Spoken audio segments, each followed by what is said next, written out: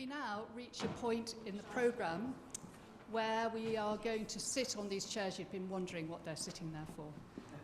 So I'd like to invite up to the front James Butler, Clare Watkins, Stan Brown, Graham Jones, Andrew Orton.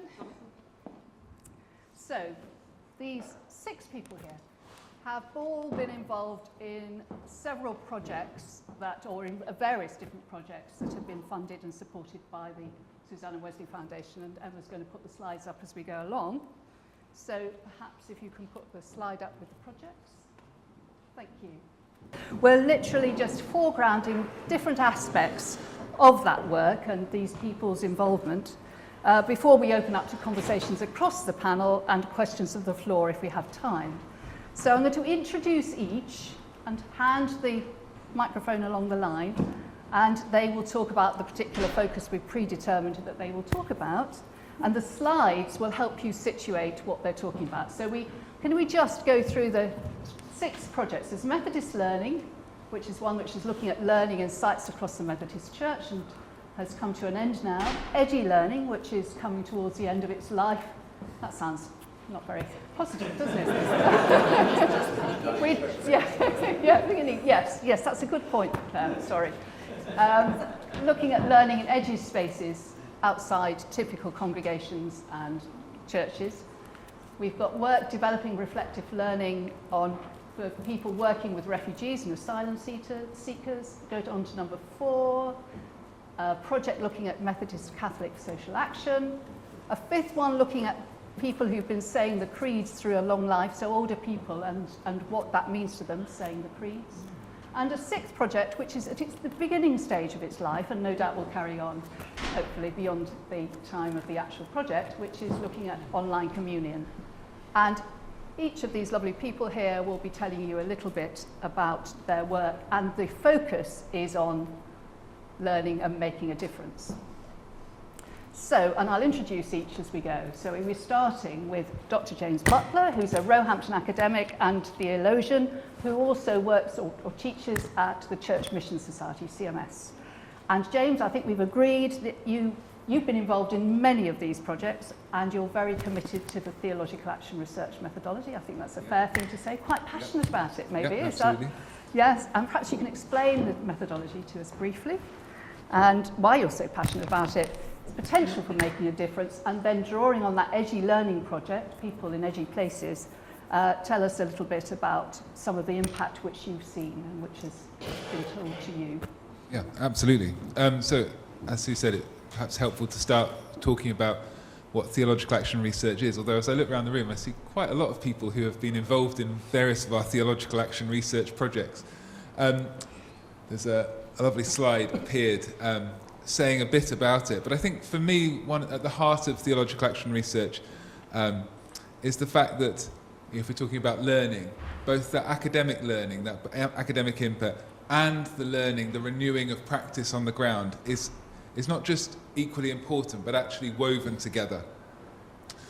And a theological action research project actually works by being a collaborative piece of work. So we find sites to work with around the themes that we want to look at, who are equally interested in exploring things that matter to them, their questions, their challenges, their opportunities.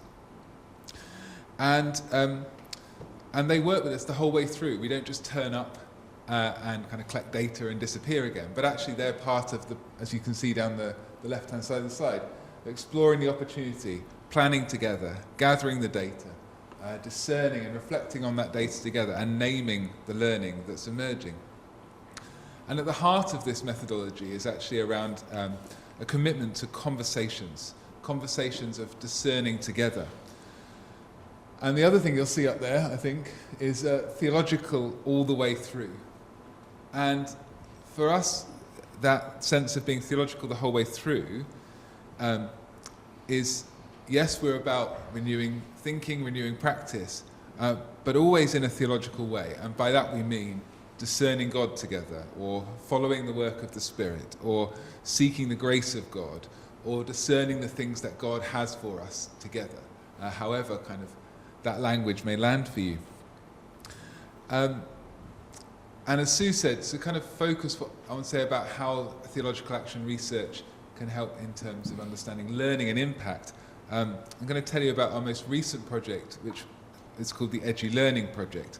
And far from coming to an end, we're hoping that this part of it is actually, the impact and learning is only just beginning to kind of reach out and move further. The Edgy Learning Project has worked with 7 sites where people have somehow felt on the edges or marginalised. This might be on the edges of a church denomination, the socioeconomic edges, edges around ethnicity or disability. And we've worked with groups on urban estates, a church that has moved to a shop front on the high street, an organisation working with prison leavers, an online Christian group of people with disability, and city centre chaplaincy. And it's been a really fascinating project where we've found really vibrant accounts of faith in these places, as well as uncovering important questions around the kind of challenges and sustainability of such groups. And I think that's one of the reasons perhaps of talking about kind of impact and learning here is what it's meant to think about impact in these places. And I think this question of impact has been particularly pertinent for groups who actually feel fragile. They're wanting to know those questions of sustainability. How do we keep going? What does it mean for us to have longevity, to keep doing what we're doing? And also, in working with kind of wider denominations and funding bodies, they're being asked, how is what you're doing making a difference? And that's a key kind of question for them.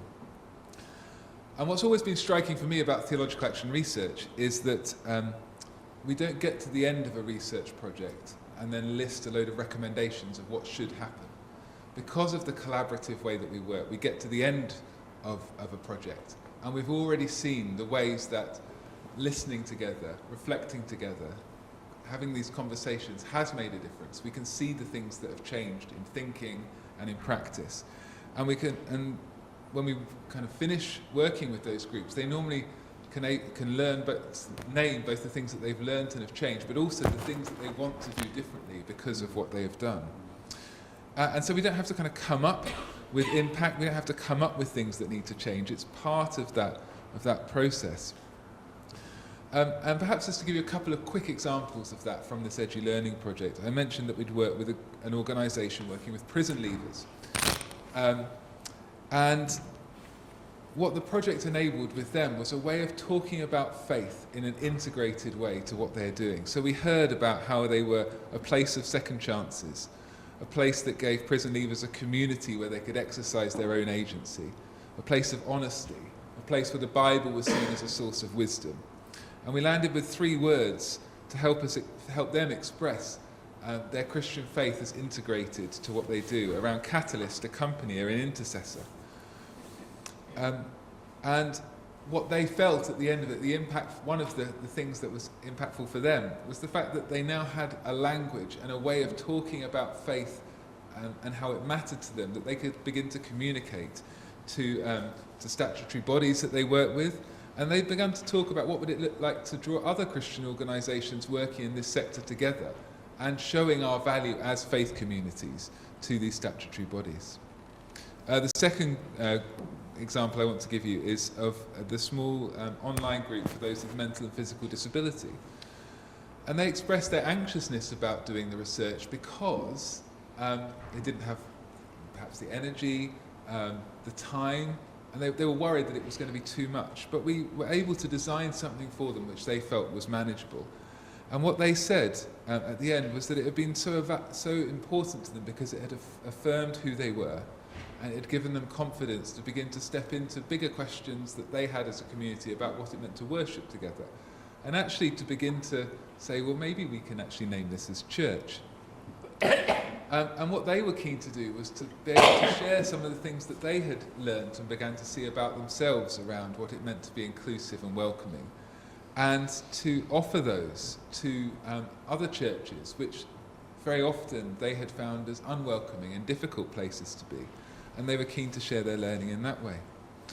The third example is a more general example, and I'll say it very briefly, but the way in which a number of sites told us that just being part of the project had given them space to notice and value what they were doing, and to think about what it meant to develop their work, and to begin to kind of respond to some of the questions they were getting about how to replicate. There's pressure for good practice to be repeated elsewhere, and what that meant, and to think about that in more complex ways. We're going to be publishing on this over the next year or so we'll be able to share some of that, and I think that's part of this impact as well, of that learning for that kind of academic and thinking theologically about this. But also I think some crucial things that have come out of this in theological action research have been about the ways that the sites have been impacted. And we've seen impact, as I've said, in the way that impact is built into the process. The change, the learning happens as part of the process they're involved in. That they grow in confidence and develop an ability to talk about and to share what they do, perhaps with funders, wider networks, organisations, and other groups.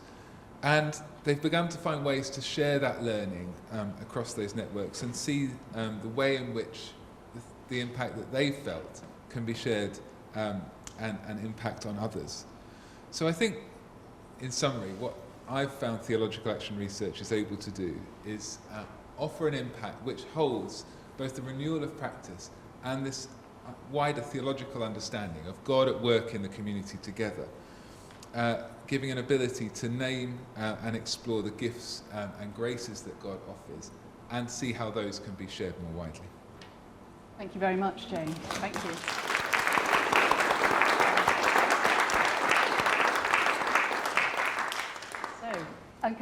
You'll notice there's a slide behind here which has come out of one of a session with one of these groups, and this says something. It was a creative piece that says something about what they felt, what came out of the research.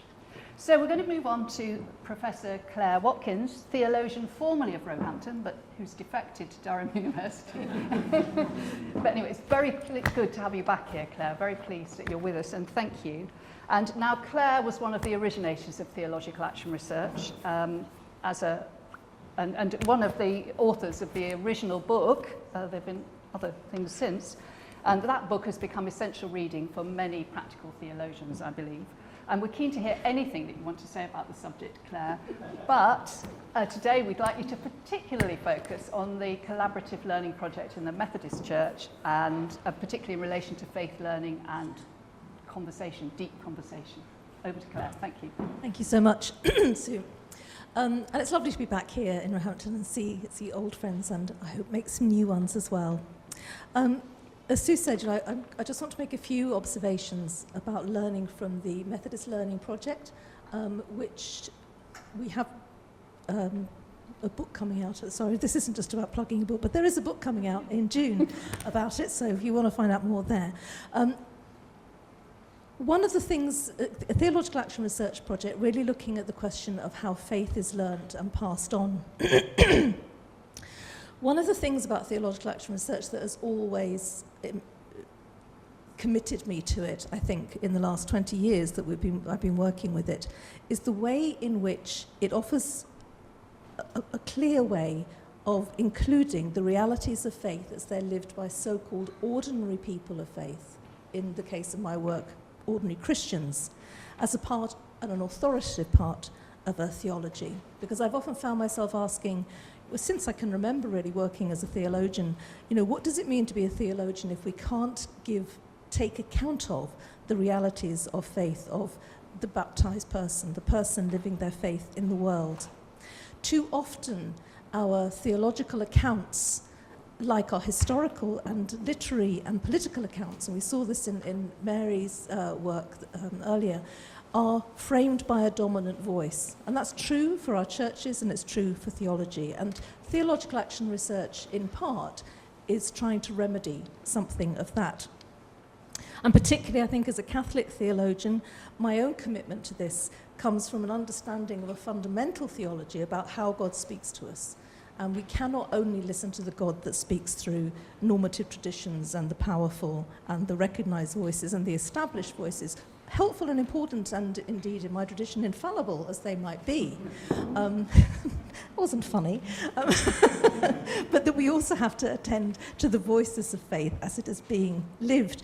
So the learning project in Methodist Learning, I think, offers a very particular way in which this worked out, which relates a little bit to what James was saying about impact, but makes clear that part of the impact that theological action research offers is not only about practice, but is about impact on theological thinking and culture. And the work I'm doing at the moment is very much involved in that. The way we think, the way we speak about things, changes the way we see them and ultimately changes our cultures of faith and of society. So these commitments played themselves out in a particular way in the Methodist Learning Project. We were entering in this project a very well-established field of Christian adult education and formation, and indeed catechesis would be more the language of my own tradition. And we worked in both this project and actually in the Edu Learning Project with a set of dominant voices that understood these things in particular ways. They were well-trodden paths of theological reflection, of small group learning, pastoral courses, and of course formal theological and ministerial education. In all of that established work, there was an undercurrent that sometimes bubbled to the surface of a particular kind of lament about that dreadful 90% of lay people who could not be bothered to go and learn things. They just didn't turn up for courses, they didn't go to things outside of church, they didn't rock up on a Tuesday evening to a cold hall to listen to a talk. Can you imagine the backsliding nature of these Christians? Well, I'm one of them. I'm putting that too strongly. But what we observed was among the ministers, who of course have gone through formal theological training, and church leaders, there was a growing sort of sense of like, how do we make people learn? How do we get people to come to these things?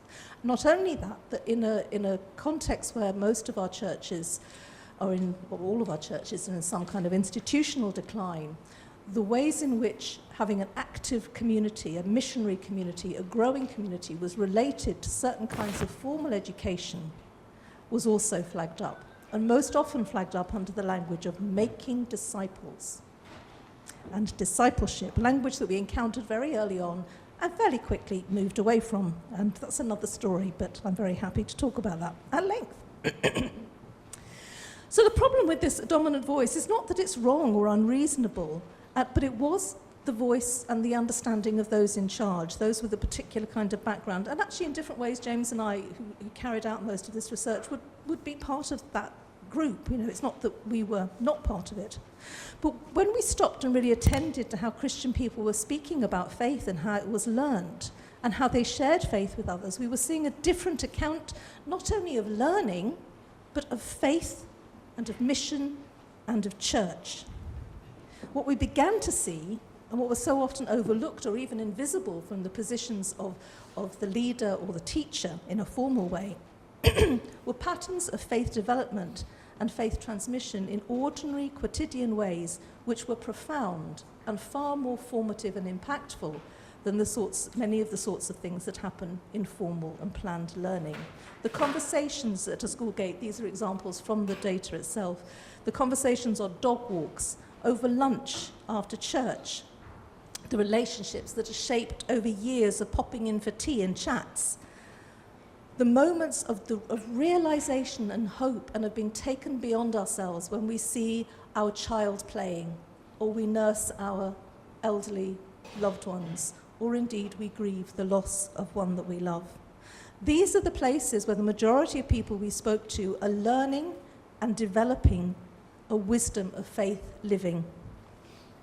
And these experiences proved, interestingly, to be impossible, I think I would say that, impossible to reproduce intentionally within a formal learning environment. Now, this insight has got a range of implications, and some of them we'll hear from others up here, and I won't try and stray into that. But the thing that I've been most impressed about as a theologian is how this work has led to a revision of what learning might what learning might mean in Christian living, and has also led to a different way of understanding faith. In particular, James and I felt increasingly compelled to come up with some other language. Faith learning was the language that we settled on. Adult education, which has dominated our understanding of Christian faith learning, I think, is familiar with different kinds of learning, skills learning, information, formation, understanding, and all those things.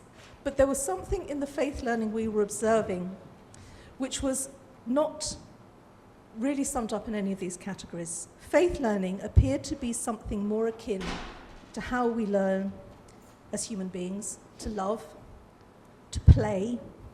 How do we learn joy or grief? How do we learn hope? This is much more how we learn faith. And of course, we may read books about these things when they become overwhelming or perplexing, or when there's a particular need to serve them in a formal way. But on the whole, most of us learn these important things about being human from our living.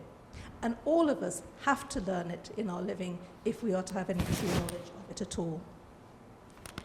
So in our book, this notion of faith learning and its implications are explored and spelt out. And I think it shows the ways in which theological action research in this project did impact change, and that's in the book as well, in a practical way, but also, importantly, gave us new insights into an epistemological account of faith, and in particular to a sense of what faith learning might be. And a last point, as Sue looks at her watch, is just to say that what was key in this, and perhaps the thing that I would want to centre on, if I had to choose one thing, was the role that ordinary human conversation had in that faith learning, just as it has in our relationship learning and learning of love and joy. It's actually when people are free to talk to each other just in the wild that, in fact, the learning of faith and the encounter with wisdom and grace takes place. Thank you very much, Claire. And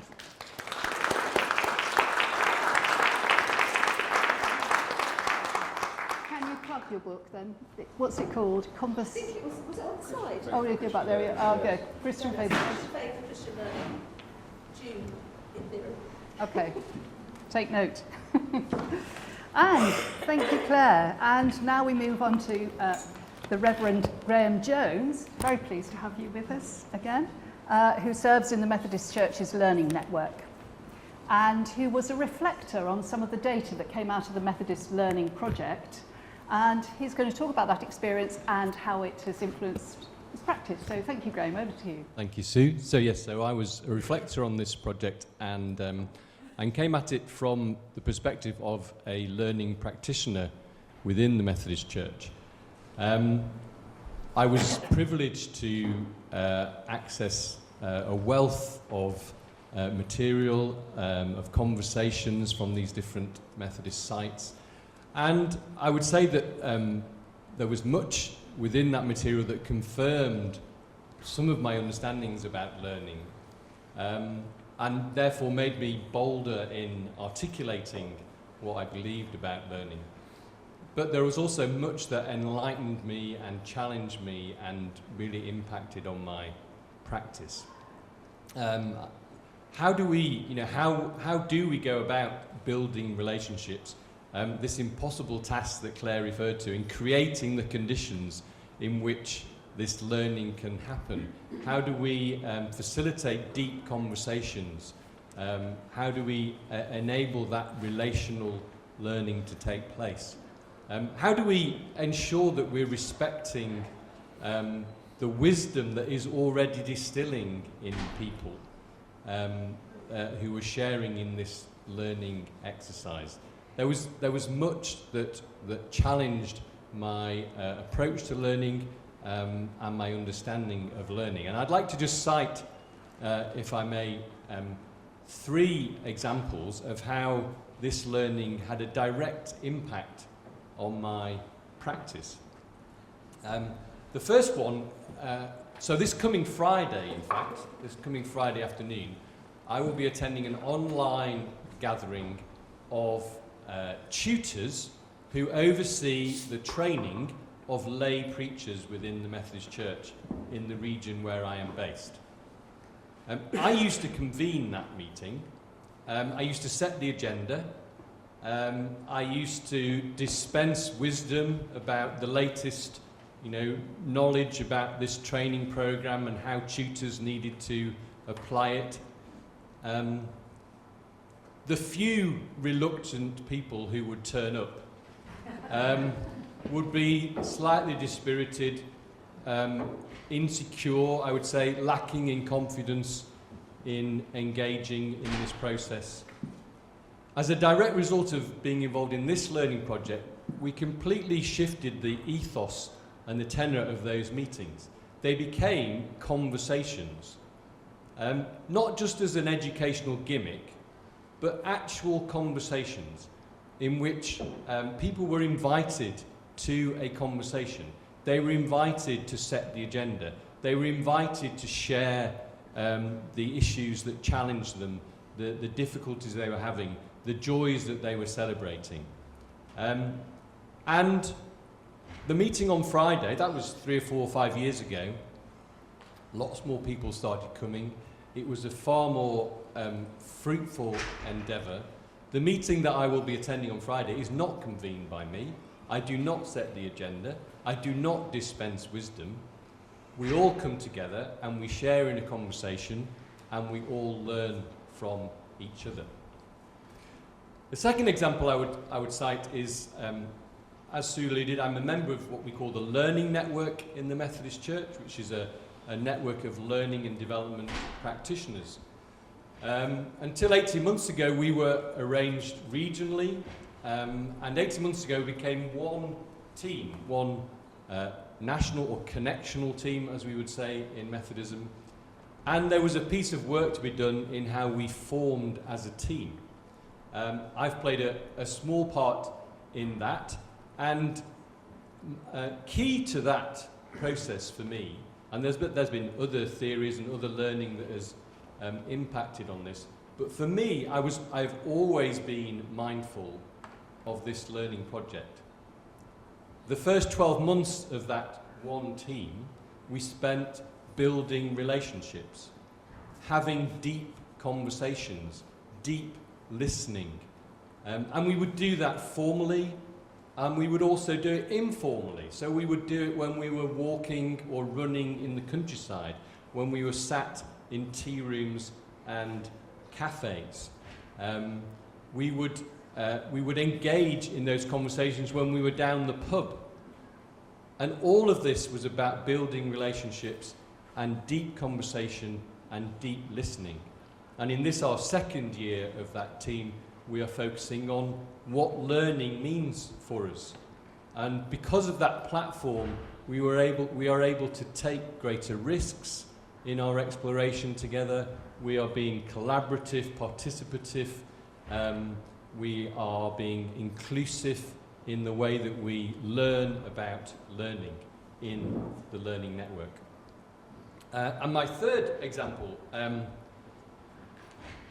reflective pastoral supervision, is a term very familiar to the Methodists in the room. It's something that is now mandatory for all ordained Methodist ministers and a good number of lay employees. Reflective pastoral supervision. I am involved in delivering the training of supervisors. I am in supervision myself, and I offer supervision to a good number of people. And it seems to me that at the very heart of reflective pastoral supervision is deep conversation. Deep conversation. So this is an institutionally organised and offered and facilitated gift to people to engage in deep conversation, in deep listening, in deep noticing and deep wondering. And it has a normative edge to it, it has a restorative edge to it, but it most certainly also has a formative edge to it. People learn, people grow, people change, people explore their being and doing in new ways through reflective pastoral supervision, through deep conversation and deep listening. as part of this project, we did once ask ourselves, would we ever run another course? Would we ever run another course? Because it seems to us they're not the most effective way of enabling people to learn. Well, we do run courses. We seek to make them as relational and as human and as collaborative and as conversational as possible. But I would say still, as a result of this project, I aspire to the day when we never run any more courses.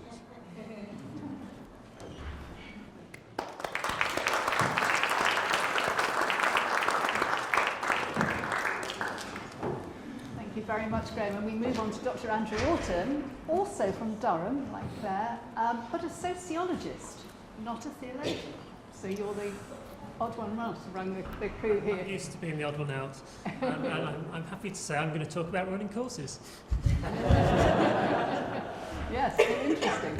So yes, we come on to the third project here on the list, which wasn't a theological action research project, but there's some very interesting learning there, which Andrew is going to share with us. So it's more from you. So yeah, I mean, this is a very difficult act to follow. I'm feeling very nervous from coming on the back of all of these wonderful contributions.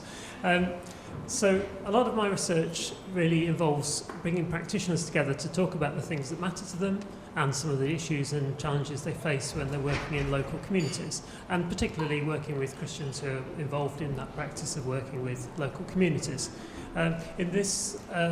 Sometimes I'm also fortunate enough to support other projects through being director of the William Leach Research Fund, which funds research on Christian social action in the North East. That's my plug, so there we are. But in terms of this particular Susanna Wesley Foundation funded project that I'm going to talk about now, we were interested very much in the practice of Christians who are working with refugees and asylum seekers. This came out of working with a workshop that was run by a deaconess in Finland who was doing some of this work and got us reflecting on how our identity might play into some of that work, how it might matter when we're doing some of those forms of intervention. And we wondered, what might we learn if we got different practitioners from different European contexts together, who all had different identities in their own, together to learn and reflect together on the impact of their identity within that type of practice. So we were fortunate enough to be able to put this together, to get some funding, and to run a learning programme, not quite a course, to try and encourage practitioners to reflect together. And we did that as a research project because we were able to gather some of that learning as we were going through the process, to try and see what else we might learn from that reflection together.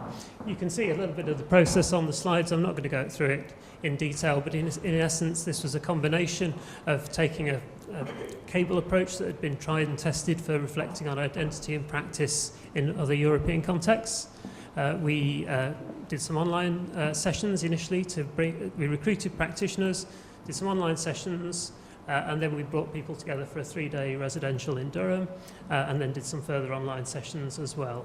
And as we went through the programme, practitioners were able to sort of shape the programme a little bit around their own interests too.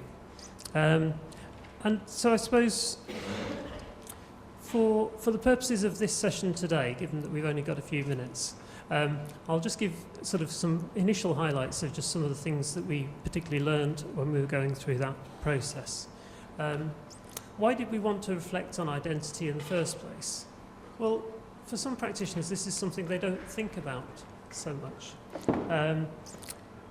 And yet it really matters for a lot of practitioners, partly because they're not necessarily conscious sometimes of the impacts. It might reflect who they are in a particular situation. It might reflect how others respond to them. It might be important because it's part of their biography, plays into their identity. So their life story plays a particular role in shaping who they are and why they're doing that particular work in the first place, that sense of vocational development that some of the other people have talked about. It might play a role in shaping some of our stereotypes, some of our prejudices, some of the reasons why we respond to particular groups in particular ways. So trying to create an environment in which you can reflect on that becomes quite important to practice, particularly if that practice is about bringing diverse groups together, particularly if that practice is about trying to find ways of engaging with some of those prejudices and forms of discrimination. And particularly as well, if that practice is seen as being part of Christian practice, part of the role of the church. So what's the Christian element of that identity, and how does that play out in practice in how you know, what policies you have within your particular piece of work, or how you design that work. So identity really matters. But how do you get people to think about that impact? So in this particular case, there was a combination of things. We got people doing individual reflection on their biographies, talking about that in small groups.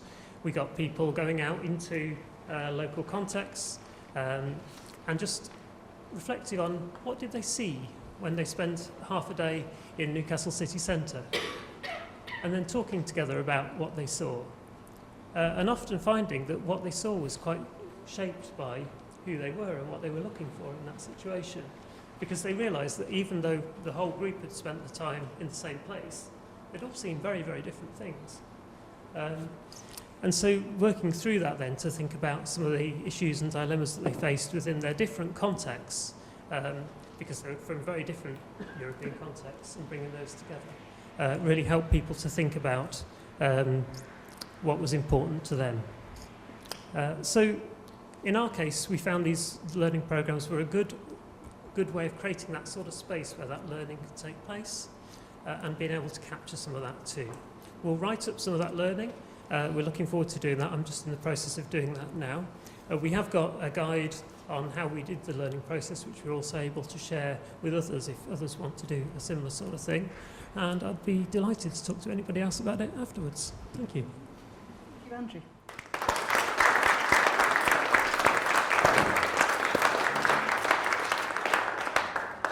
And we return to, I think, a pracademic would be the word for Stan, Reverend Dr. Stan Brown. I like the word in relation to you, Stan. I think it works.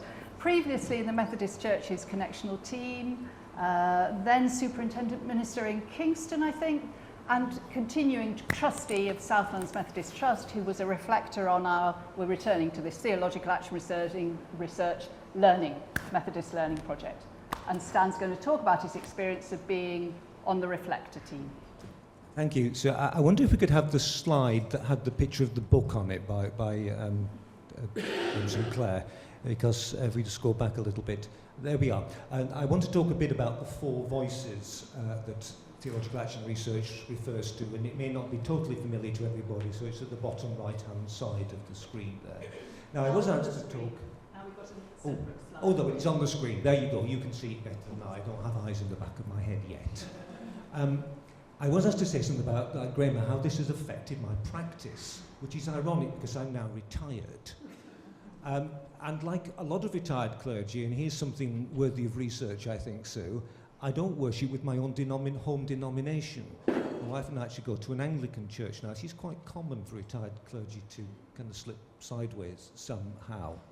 And the parish in which we are has an extraordinary demography. In the last 10 years, the number of people living in it has doubled, and their average age has halved, because there's been an extraordinary amount of new development. It's going on all around where we live in Gloucester. And the vicar, who I very quickly became firm friends with, clearly realised that they needed to respond as a parish and how to do this. And the first thought was we need to take the pews out, which they're quite right about. But I had a pint with him and I said, don't jump through all the agony of trying to get a faculty to take pews out of an old church till you know why you're doing it. What is it for? What is the vision of this church? The next thing, I'm asked to facilitate a vision process for the church, which has been the most significant piece of practice I've done since I retired. Now, the church has what you might call a liberal Catholic tradition, but it's much more fuzzy than that. But certainly part of it was an old high church tradition. And the initial conversations I had, it was really clear that people found it extremely hard to talk about their church and what it should be doing and what it is and what its vision should be because they had been disabled from that and disallowed from that by the kind of leadership they'd had in the past, not from the current leadership of the church, but in the past. So if you got 6 Methodists from a typical chapel that needed a future in a room and said, what should we do? You get 10 opinions straight away. And I asked folk there, and they said, well, I don't know, it's not for me to say, is it? You need to tell us. It's not for me to say. So we needed a different kind of a process in order to find out what were the espoused and the operant theologies in this community for their mission. What did people say to express it, and what did they actually do to live the Christian life? Never mind the normative ones, what the church says in its mission documents, and the formal ones, what academics say about it. The vicar and I got that under our thumb. We know about that stuff. It's what's espoused and what's operant. Well, we did a lot of things, but I want to focus on one thing and one question within it. I said to the vicar, let's have a pub quiz, because you can say that in an Anglican church, you can't in a Methodist church. They're very good at having lunch in this church. So we had lunch and we had a quiz. And most of it was just fun. There were a lot of questions that were really about how well do you know the community, which were interesting, but they were mainly fun. And silly ones like how high is the spire, which nobody actually knows. We had to guess. You know, sweets in a jar kind of a question. But each round of the quiz had a question at the end that was about the vision of the church, but we came at all of them they're either bishop moves diagonally or knight's moves going round the corner. None of them were straight questions. And just one question that I want to tell you about, and it's one that I learned from colleagues in the Learning Network who were doing church reviews, and that was to ask, what colour is our church?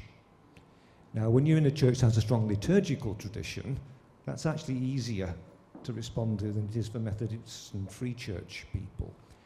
So people weren't perplexed by that.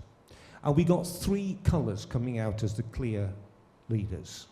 Green, red, and gold. All liturgical colours, incidentally, aren't they? Green, as we dug deeper, was about environmental action. The vicar is actually a climate scientist by trade and still does a little bit of research in that area. And there is a lot of conversation and a degree of action about climate issues in the church. So it was revealing of, well, it's very much an espoused rather than an operant thing, isn't it, climate change action? We talk about it a lot, but we don't do as much as we talk. You know, governments are going to go net zero by whatever, and then, well, we can't quite make it, can we? So it was revealing of a genuine espoused conversation that was going on in the church. Red was interesting because green also was about new life, green shoots, these younger people. When we took this to the church council as the kind of reference group, the PCC, and they said, yes, it's also about new growth, seeing opportunity for new growth. The red was not traffic light stop. It came out to be far more about energy, life, vitality, sparks, a sense of some youthfulness in the community, but also a hint of danger. Anybody who's ever been involved in trying to move a church to a very different place will quickly realize that the issue is not the new things that you want to propose. It is the anxiety about taking away familiar things that's the issue. So we end up trying to do the familiar and the new, and then we all burn out. And I've never resolved that throughout 40 years of ministry, but it's a constant pattern. But red primarily about energy, vitality, youthfulness, vigour, but with a hint of danger. And the goal was clear and unambiguous. It was about worship the Lord in the beauty of holiness. It was about the love of an Anglican Catholic tradition in which liturgy is done well. Not just done, but done well. The problem with most of our traditional forms of worship is not that they're traditional, but that we just don't do them well anymore. And so there was a red in that saying, you know, take the pews out. Absolutely, people want to see them gone, but don't you dare spoil this beautiful medieval church. Don't you dare. It's really precious. And it is a fabulous place to celebrate liturgy. And that was the operant theology of the church. What do we do as Christians? We worship together in the beauty of holiness. And don't impact on that.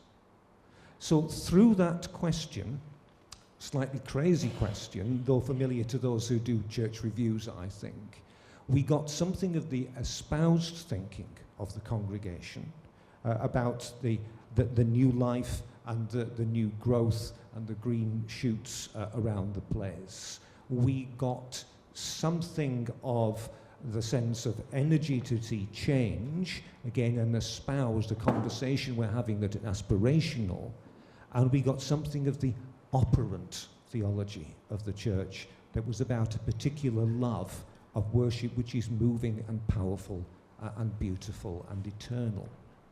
Now, what I learnt from that, and what I learned from being a part of this process like Graham, I learned a great deal from being a part of this process, is the importance of these four voices.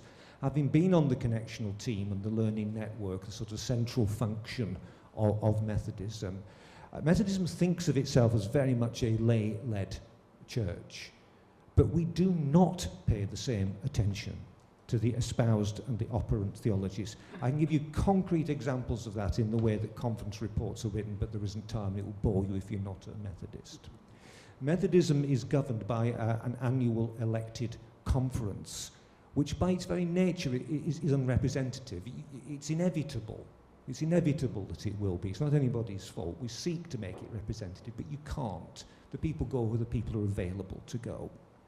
And that deals with normative issues. And there are Methodists, and sadly some of them have been at the centre of the connectional team, who think that conference is Methodism and what it says is Methodism. And I want to say it's one voice. It is the normative voice of the church. And sometimes it is at odds with what Methodist folk in the pews actually say and do.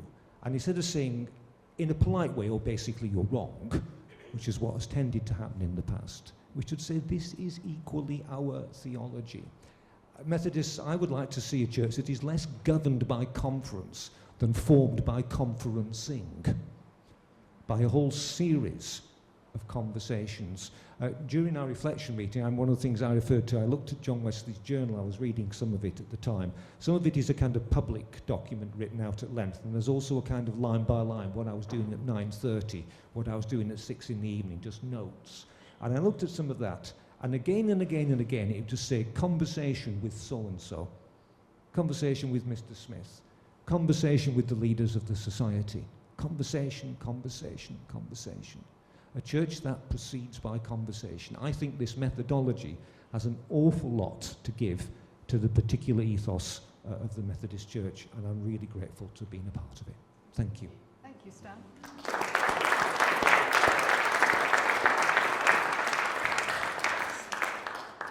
And finally, to the Reverend Dr. Jonathan Dean, another determinedly academic, I think. Would you subscribe to that? Who was involved in the Methodist Catholic Social Action Theological Action Research Project. I should say he is District Chair of London. There are 2 District Chairs of London, for those who don't know Methodism. Is that right? I'm right. And Jonathan is one of those, and we're very pleased to have you with us, and thank you. You're going to talk about that experience. I am. Thank you. Thank you for having me. I've already been reminded how much fun it was actually to be part of a Reflector team. Andrew and Claire and James were also part of the project, and Claire's already reminded me inadvertently that my weird sense of humour means that sometimes I laugh when I shouldn't, so I apologise for that, Claire, and no offence to your tradition. I want to just start with some foundational words from the early years of my own faith tradition, words that were written by a Methodist, indeed by the founder of Methodism, who's just been referenced, to a Roman Catholic in 1749, when relationships between Protestants and Catholics were often quite venomous and unpleasant. This is the quotation. "I fear many Protestants will be angry at me too for writing to you in this manner, and will say, 'It is showing you too much favour. You deserve no such treatment at our hands.' But I think you do. I think you deserve the tenderest regard I can show, were it only because the same God has raised you and me from the dust of the earth, and has made us both capable of loving and enjoying him to eternity." Those words came to my mind quite a lot during the course of the Theological Action Research Project, which I was a part of on, this is the result of it, on Methodists and Catholics working together in social action. And I say that not because John Wesley was always good and gracious in his dealings with people he disagreed with, quite the reverse, but because as time went on, they were words that seemed to resonate more and more with what I think we were hearing and finding from local research sites, where Catholics and Methodists were working together in the pursuit of common goals in social justice and equality. The report that Clare and James wrote, that we all contributed to, highlighted friendship as a crucial and critical factor, and even as a crucible for ecumenism and intra-Christian engagement with social justice. We heard and reflected on some really remarkable accounts of love and friendship between Methodists and Catholics, a love that was rooted oftentimes in a shared passion that they had for justice and for peace and equality. And this love was flourishing and bearing fruit in places in which we might have expected division to be the hallmark between these two faith traditions. One example that we looked at was of a reconciliation project in Northern Ireland. The other was of a homelessness project in England, in a place of marginalisation and great inequality. But we were able to witness and reflect upon the nature of friendship, which doesn't just bind people of apparently different beliefs together in a common purpose, but I think we found also enables them to discover what they have in common beneath what looks different on the surface. And these were friendships that also became a key vehicle for enriching and renewing the communities around these Christians and the people who lived in them. I think we also found it interesting to witness the truth of what might seem also to be rather stereotypical assumptions. For instance, the emphasis that both Catholics and Methodists had on a lived faith, something in which, in another age and context, not too distant from Billy Waters, led to Mr. Wesley being accused of popery. And also a wonderful uncovering of the centrality, as has already been referenced, of the work and witness of lay people, the laity, in whose work and vision I think we all glimpsed a kind of new flourishing of ecumenism in the mid-21st century, at a time when I think lots of folks are despairing at the progress of the kind of ecumenism that is dominated by roomfuls of people wearing dog collars. And I think in this, perhaps most intriguingly of all, we caught a glimpse of a quite exciting angle on the reality of what we call receptive ecumenism, one which, as the report identifies, is, quote, lay, informal, and extra-ecclesial. It comes back to Graham's question about who sets the agenda. We were looking at communities where lay people set the agenda, and that was really interesting. Sue's indicated that 3 years on from the production of this report, I'm now in quite a different appointment than the one I was in then, working as a Methodist chair of districts in London, working with about 211 Methodist churches in an area of great diversity and human need and huge potential and pressing concerns that all the churches share. I can honestly say that the time I spent with these good people, with the privilege of listening to these voices, is shaping my own approach now to what ecumenism might mean and might offer.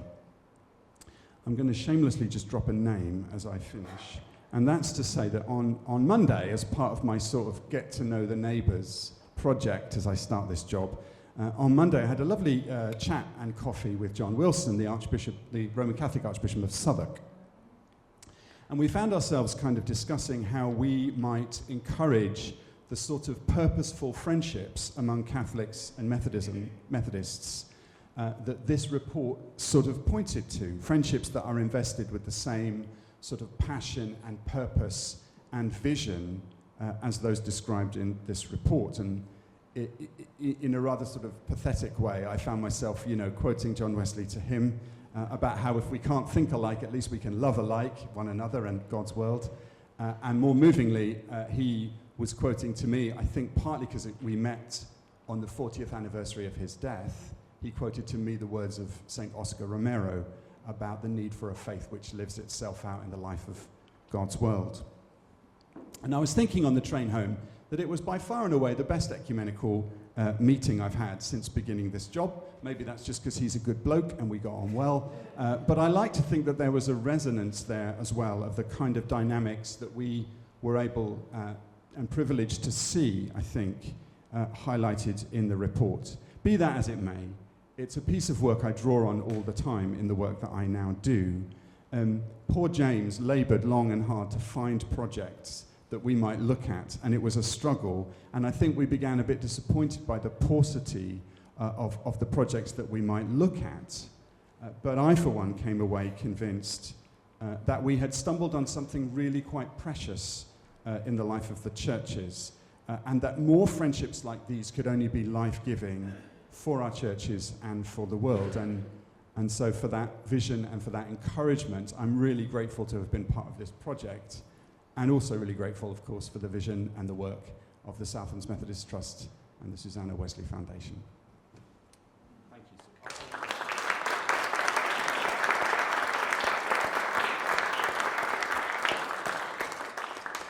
Thank you, Jonathan, and thank you to all the panel. We haven't really got time for questions or further conversation, but I think that's fine because this whole day spreads into the evening as well, and hopefully people will approach you to hear more about this work. There's some work on the website, and this is much of this work is continuing. The conversation will continue, so please continue it. One thing I should say is if Ash had been here, he would have told us a little bit about a very new project that's starting around online communion, and he's working with James on that project, but also with Mark Rowland, who is the chair of the Faith and Audit Committee, and whom we have here today, which from the Methodist Church, we're very pleased, who is also working on that project. And if you want to know more about it, do approach Mark there. There he is. Thank you very much. I mean, I think one of the things that Ash, I think, might have said in this environment was that one of the necessary parts of the beginning of a project is the unknowing of things and unknowing how things are going to go, which is interesting. And that was one of the things he wanted to highlight. So, I mean, perhaps he was just saying it's so early, it only started at the end of January, we don't know anything yet about how this project is going to pan out, but I think it's more than that. So please do talk to either James or to Andrew about that, and to our other panellists about the other projects. And we hope there will be many more. So thank you, and thank you for sharing so much. And I love that theme of conversation, relationship. We will continue some of that in one of our later sessions this afternoon. So thank you all. And coffee.